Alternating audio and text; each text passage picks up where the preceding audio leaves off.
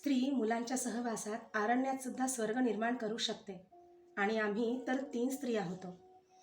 आमचा सगळा वेळ मुलांशी खेळण्यात आणि बोबडे बोल ऐकण्यात वा बोलण्यात जाऊ लागला. ते सगळे लहान होते, पण समजूतदार होते.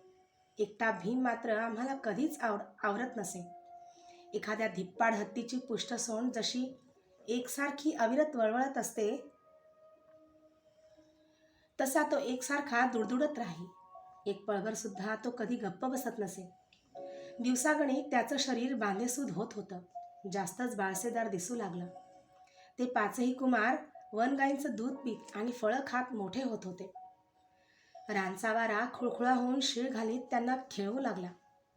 त्यांच्या कलकलाटानं पर्णकुटी हादरू लागली. धात्रीच्या वठलेल्या म्हाताऱ्या स्त्री हृदयाला सुद्धा प्रेमाची पालवी फुटली. ती सर्वांना घेऊन खेळू लागली. वर निळं आकाश आणि खाली हिरवीगार धरती, अशा वातावरणात ते 5 जीव सागाच्या रोपासारखे मोठे होऊ लागले. मी परत स्वतःच्या भाग्याचा हेवा करू लागले. सौंदर्य, संपत्ती, कीर्ती यापेक्षा स्त्रीला मुलांची ओढ अधिक असते. 2 रेशमी ओठ लुचून तिचं दुग्धपान करू लागले की स्त्रीला जीवन धन्य झाल्याचं समाधान मिळतं. मातृत्व हा स्त्रीचा मोक्ष असतो. आता मी परत सौख्याच्या शिखरावर होते. जीवन म्हणजे सुखदुःखाच्या ऊन पावसाचा खेळ. हे अरण्य हेच आता आमचं राज्य होतं. कोणालाही पायदळी न तुडवता मिळालेलं राज्य. मी या राज्याची महाराणी होते. आमच्या अंगाखांद्यावर मुलं खेळताना पाहून महाराज आपलंही दुःख विसरले. त्या 5 मुलांना खेळवताना त्यांनाही आपल्या जीव घेण्या शापाचा विसर पडला. ते पूर्वीसारखे हसू लागले, मनमोकळं बोलू लागले. वर्षामागून वर्ष मागं पडत चालली. मुलं मोठी होऊ लागली. अरण्यात निर्भयपणे फिरू लागली. कुठंही ती मिळून जात. त्यांना खेळण्यासाठी शतशृंग पर्वत अपुरा पडू लागला. भीम तर येताना वाघाची पिल्लं त्यांच्या कानांना धरून फरफर ओढून आणू लागला. माणसाचं जीवन हे आजूबाजूच्या परिस्थितीवर अवलंबून असतं. जसा आणि ज्यांचा सहवास असेल तसं मानवी मन आकार घेतं. लहान मुलं म्हणजे तर अनुकरण प्रिय असतात. आमच्या पश्चात अरण्य त्यांना जे शिकविल तेच त्यांचे संस्कार होते. ते त्या नैसर्गिक संस्कारात मोठे होऊ लागले. आता ते 10-12 वर्षांचे झाले होते. अरण्यातल्या नद्या त्यांना जीवन हे सतत वाहण्यासाठी असतं हे शिकवू लागल्या. साचणाऱ्या जीवनाचं कोंदट डबकं त्यांना माहीत नव्हतं. तिथले उंच उंच कडे त्यांना तुम्हीही असेच उंच उंच व्हा हे शिकवू लागले. वरचं निळं आकाश मन स्वच्छ ठेवण्याचा धडा देऊ लागले. तिथले निरनिराळ्या प्राण्यांना सावली देणारे वृक्ष त्यांना जगासाठी झिजण्याचा संदेश देऊ लागले. पक्ष्यांच्या उंच भराऱ्या त्यांच्या धाडसाला आव्हान करू लागल्या. ते आम्हाला नेहमी हजारो प्रश्न विचारून भांडावून सोडत. युधिष्ठिर मला विचारी, आई, आकाशाचा हा निळा निळा घुमट पृथ्वीवर कोणी बसवला? त्याला खांब कुठं आहेत?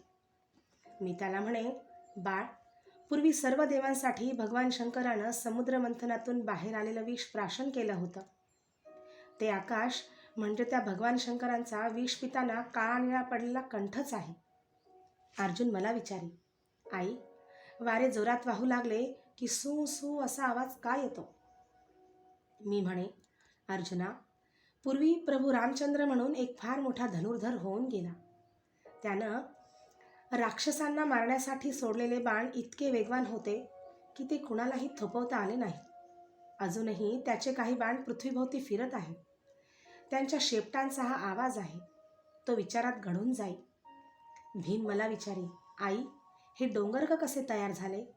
मी त्याला म्हणे, भीमा, प्रभू रामचंद्रांच्या काळी हनुमंत नावाचा एक धिप्पाड सेनापती होता.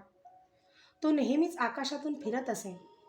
पण एकदा त्याला पृथ्वीवर यावं वाटलं. पण पृथ्वी म्हणजे नुसती दलदल होती त्यावेळी. या दलदलीत हनुमंतानं पाय ठेवला.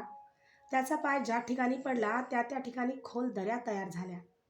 बाकीचा भाग फुगून वर आला. तेच हे डोंगर, तेच हे पर्वत. या दलदलीत चालून चालून हनुमंत कंटाळला. तो आकाशात भरारी घेऊ लागला. त्याच्या पायाला एक मोठं ढेकूळ चिकटून गेलं. तोच तो चंद्र. तो तोंड पसरून सगळं ऐके. मग गाल आणि काखा फुगवून हनुमंत किती मोठा असेल याची कल्पनेनं नक्कल करी. नकुल आणि सहदेव मला विचारित, माते, आकाशात विजा का चमकतात?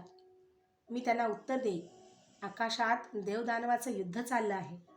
त्यात देवांच्या हातात तळपणारी ती खड्ग आहे. नकुल स्वतःचे हात फिरून त्याचे लटके दाटू मुठीचे वार सहदेवावर करी. मुलं असे अनेक प्रश्न मला विचारी. मी काहीही उत्तर दिलं तरी त्यांना चाले, त्यांचं समाधान होईल. आमचे दिवस आनंदात जाऊ लागले. तो शतशृंग पर्वत सोडावा असं आम्हाला वाटेना. जिथं मनुष्य वस्ती करतो त्या ठिकाणी त्याची श्रद्धा निगडीत होते. त्या जागेबद्दल त्याला एक आगळीच जवळीक वाटू लागते. शतशृंग पर्वत आमचं आता कायमचं निवासस्थान होतं. कोणी सांगावं, कदाचित याच पर्वताच्या घोंगावणाऱ्या वाऱ्यात माझा शेवटचा श्वास मिसळला असता. मला त्याबद्दल कधीही खेद वाटत नव्हता, कारण या पर्वतानंच आम्हाला पोचलं होतं. जवळजवळ 1.5 तप आपल्या कुशीत निवारा दिला होता. पण काळपुरुषासारखा लहरी रंगारी या जगात दुसरा कोणीच नसेल. किती झटपट बदलतो तो जगाचे रंग, क्षणात होत्याचं नव्हतं करतो. पृथ्वीच्या पाठीवर आनंदानं गजबजलेलं नगर तो क्षणात अजगरासारखं गिळतो. मानवानं हजारो वर्ष खपून तयार केलेली संस्कृती हा काळपुरुष लहान मुलानं समुद्राच्या काठी बांधलेल्या वाळूचा किल्ला लहर लागताच स्वतःला उधळून लावावा तसा क्षणात उधळून टाकतो. हे जग म्हणजे एक अराजकच नाही काय? इथं सुसंगती आणि सुसूत्रता असते कुठं? कोण या सगळ्या घटनांचे फासे टाकतं? कोण हलवितं ही सगळी खेळणी? माणसांचं जीवन तर या अफाट विश्वातली किती क्षुद्र वस्तू. विश्वाच्या निसर्गात उलथापालथ करणाऱ्या काळाला माणसाचं जीवन म्हणजे एक बुडबुडाच वाटत असणार. केव्हाही फोडता येण्यासारखा एक क्षुद्र बुडबुड. या बुडबुडाच्या निर्मितीनं जगात काही भर पडलेली नसते आणि फुटण्यानं काही कमतरता पडणार नसते. विश्व हे कायम आहे तसंच असतं. पण या बुडबुडाच्या फुटण्यानं मानवी जीवनात मात्र काही वेळा जलतरंग निर्माण होतात. कधी ते भयानक असतात. मनाचा जीवनावरील विश्वास उडवतात, श्रद्धा जाळून टाकतात. जगात देव नावाची शक्ती शिल्लक आहे की नाही असा प्रश्न निर्माण करतात. मन भांबावून जातं. चोहोबाजूंनी आग लागलेल्या वणव्यात सापडलेल्या पाखरासारखं असहाय्यपणे तडफडू लागतं. माझी एका घटनेनं अशीच अवस्था झाली. एके दिवशी माद्री पाणी आणण्यासाठी सरोवरावर गेली होती. थोड्याच वेळानंतर महाराजही नेहमीप्रमाणे अरण्यात गेले. अर्ध्या घटकेतच माद्री परत आली. पण तिच्या काळीस फोडणाऱ्या टाहोनं आणि हृदय विदारक मर्मभेदी हंबरड्यानं मी घाबरून पर्णकुटी बाहेर आले. तिच्या हातात पाण्याचा घडा नव्हता. आपली छाती पिटीत आणि झिंजा उपटीत ती कशी तरी वेड्यासारखी ताई ताई असा हंबरडा फोडत वाऱ्याच्या वेगानं धावत येत होती. अंगावरच्या वस्त्राचंही तिला भान नव्हतं. तिच्या पुढं त्यावेळी कोणी जरी आडवं आलं असतं तरी ती त्याच्यावर धाडकन आदळून कोसळली असती. मला काही कळेना. भीतीची एक सणसणीत शिरशिरी माझ्या सर्वांगातून चमकून गेली. काय झालं होतं माद्रीला? पाहण्यासाठी तिनं नेलेला घडा काय झाला? 5 कुमार सुरक्षित आहेत की? माझ्याजवळ येताच ती माझ्या अंगावर कोसळली. ती नुसती ताई ताई असा हंबरडा फोडत होती. हनुवटी वर करून मी तिला विचारलं, माद्री, रडतेस का? घडा काय झाला? घडा फुटला म्हणत तिनं मला घट्ट मिठी मारली. तिचा शोकावेग थोडा आवरलेला दिसताच मी तिला विचारलं, माद्री, तू वीरकन्या आहेस, अशी लहान मुलासारखी रडतेस काय? काय झालं ते नीट सांग. ताई ग, महाराज म्हणत तिनं मला छातीशी घट्ट धरलं. कितीतरी आर्तता होती तिच्या मिठीत. तिचं हृदय भीतीनं थडाथड उडत होतं. काय झालं महाराजांना? बोल माद्री, महाराज कुठं आहेत? मी जोरानं किंचाळलं. सरोवराच्या काठी. ते शब्द ऐकताच कानात वारं भरलेल्या वासरासारखी माझी स्थिती झाली. माद्रीला दूर लोटून मी सरोवराकडे धावू लागले. माद्री माझ्या मागून धावू लागली. सरोवराच्या काठी येताच मी जे पाहिलं ते माझा जगातील सत्यावरचा विश्वास उडवणारं होतं. माझा प्राणप्रिय साथी लाकडाच्या ओंडक्यासारखा निश्चित पडला होता. कुरुकुलाचं रक्त अंगात फिरणारी साक्षात सूर्यदेवालाही लाजवेल अशी त्यांची चर्या वणव्यात जळालेल्या लाकडासारखी काळी ठिक्कर पडली होती. ते मूर्छित असतील म्हणून त्यांना हलवण्यासाठी मी त्यांच्या अंगाला हात लावला. माझ्या अंगावर काटाच उभा राहिला. त्यांचं शरीर थंडगार होतं. झटकन उठून मी माद्रीला विचारलं, माद्री, हे असं कसं झालं?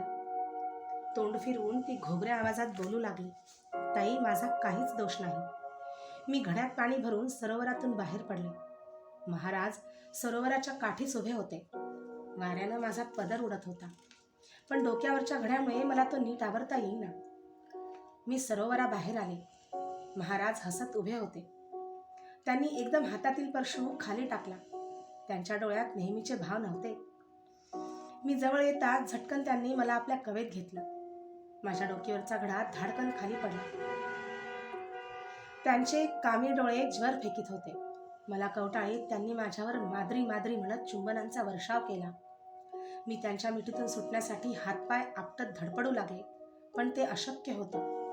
एखाद्या उपाशी माणसानं अन्नावर तुटून पडावं तसं ते माझ्यावर तुटून पडले होते. मी त्यांच्या भक्कम मिठीत घुसमटून गेले. ते क्षणात भानावर आले. विषारी नागिणीला ढकलावं तसं त्यांनी मला दूर लोटलं, पण क्षणात त्यांची चर्या बदलू लागली. ते डोळे फिरवू लागले. उभ्यानंच ते धाडकन खाली कोसळले. जीवाच्या आकांतानं कसे तरी हातपाय झाडू लागले. माद्री माद्री म्हणत तळमळू लागले. मी भीतीनं गारठून गेले आणि तुझ्याकडे धाव घेतली. मी माद्रीच्या खाडकन मुस्काटात मारली. ती जास्तच मोठ्यानं हंबरडा फोडू लागली. माझ्या कानात किंदम ऋषींच्या शापाचे शब्द घुमू लागले. राजा, तू एका प्रियकराला प्रेयसीपासून दूर खेचला आहेस. जेव्हा भविष्यात तू आपल्या स्त्रीला असाच कवेत घेशील तेव्हा माझ्यासारखाच तडफडून मरशील. माझा जीवनसाथी मला सोडून अनंताच्या प्रवासाला निघून गेला होता. केवळ एकाच मोहाच्या क्षणानं त्याला जीवनाच्या हिरवळीतून मृत्यूच्या स्मशानात नेलं होतं. केवळ एकाच क्षणानं कुंतीच्या अंगात सहशक्तीचे कसले अणुरेणू आहेत हे पाहण्यासाठी तिला विधवा केलं होतं. दिग्विजयी संयम सम्राट आज भावनांच्या राज्यातला लाचार भिकारी ठरला. कित्येक वर्ष मनाच्या संयमानं वागणारा योगी केवळ एका क्षणात दुबळ्या मनाचा भोगी ठरला. कामवासना म्हणजे माणसाचा पाय केव्हाही घसरेल अशी बर्फाची फसवी दरी. कामवासना म्हणजे केव्हाही अंगावर पडून जीवन जाणारी वीज, आपल्यासह इतरांना पळून काढणारा वनवा. माझ्या संयमाचे बांध फुटू लागले. मी उभ्यानंच धाडकन महाराजांच्या प्रेतावर महाराज असा हंबरडा फोडीत कोसळले. त्यांच्या छातीवर मस्तक आपटू लागले. माझ्या मस्तकावरचा कुमकुम तिलक उसटून गेला.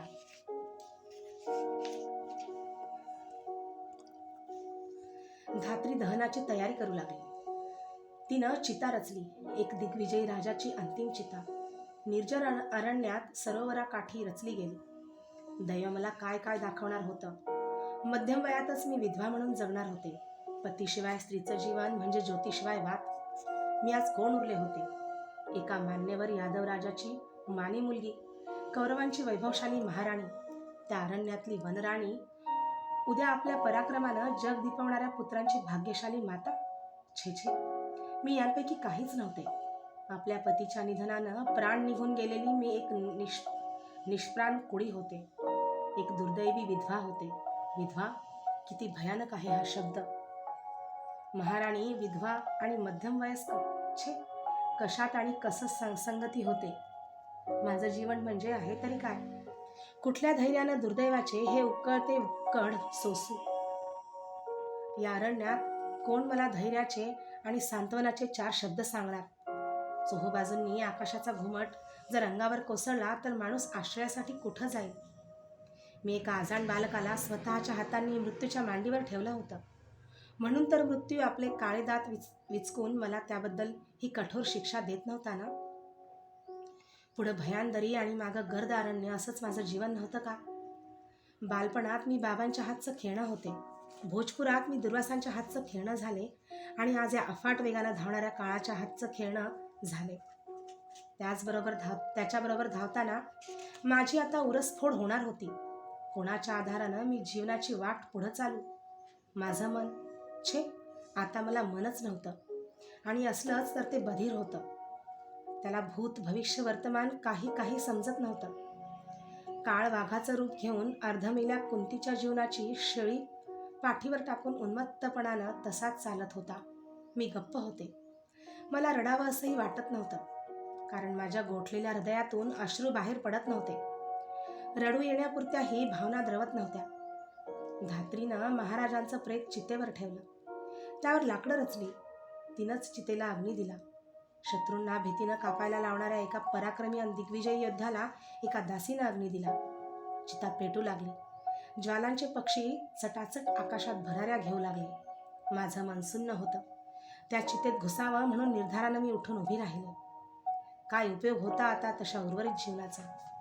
मी निश्चयाने पदर खोचला. इतक्यात पांढरी शुभ्र वस्त्र घालून सरोवरातून स्नान होऊन आलेल्या माद्रीनं माझ्या पायांना हात लावला आणि तो कपाळावरून मागे नेला. एक क्षणभरही मागावळून न बघता, मी काय बोलणार हे न ऐकता ती सरळ तडक त्या अग्नीत घुसली. क्षणार्धात तिचं पांढरं वस्त्र काळपट पडून करपून गेलं. माझं मन उरी बाण लागलेल्या पक्षासारखं तडफडू लागलं. मी तिच्या मुस्काटात मारली होती. मला ती भावनेच्या राज्यातली दुबळी स्त्री वाटली होती. पण किती तत्परतेनं तिनं निर्णय घेतला. किंदम ऋषींच्या नाकावर टिचून तिनं आपल्या प्रियकरानं दिलेलं आलिंगन मृत्यूच्या मुलानं चितेवरही स्वीकारलं होतं. आता कुणाचाही शाप तिला तिच्या प्रियकराच्या मिठीतून सोडवून घेणार नव्हता. मीही तिचाच मार्ग अवलंबण्यासाठी सिद्ध झाले. इतक्यात पर्णकुटीतून धावत आलेले 5 कुमार माझ्या कमरेला बिलगले. मला गदागदा हलवून ते विचारू लागले, आई, बाबा कुठं आहेत? नकुल आणि सहदेव केविलवाणी मुख करून रडक्या आवाजात म्हणू लागले, धाकटी आई कुठं आहे गाय आपली? त्यांना बघताच माझं बधीर मन पाझरलं. मी त्या चितेत उडी घेतली असती तर ह्या 5 मुलांना घेऊन ही धात्री कुठं जाणार होती? केवळ एकाच मुलाच्या त्यागाचं शल्य मला अनेक रात्री सतावीत आलं होतं. माझं ते पाप होतं की पुण्य होतं हे मला सांगता आलं नसतं. पण या 5 निराधार मुलांना मागं टाकून मी चितेत उडी घेतली असती तर ते मात्र नक्कीच पाप झालं असतं. मी त्या सर्वांना एकदम कवेत घेतलं आणि ढसाढसा रडू लागले. पक्षिणीला पिलं बिलगतात तसे ते मला बिलगले. मला स्वतःचा काहीच निर्णय उरला नव्हता, मरणाचा सुद्धा. पेटून पेटून चिता शांत झाली. राख वाऱ्यावर उडू लागली. कालपर्यंत माझ्याशी सुखदुःखाच्या गोष्टी करणारे 2 जीव आज कुठं होते?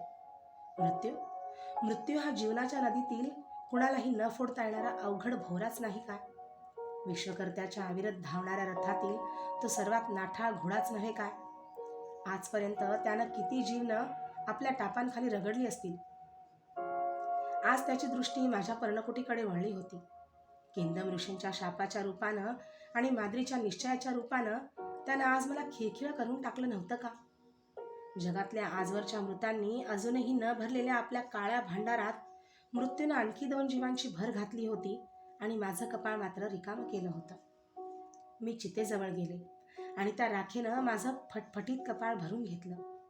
त्या राखेत एक दुर्दैवी महाराणीचे दग्ध दुःखाश्रू होते, तर एका प्रेयसीचे मृत्यूवरही विजय मिळवलेले आनंदाश्रू होते आणि एका विजयी राजाचे पराजयी रक्तबिंदू होते.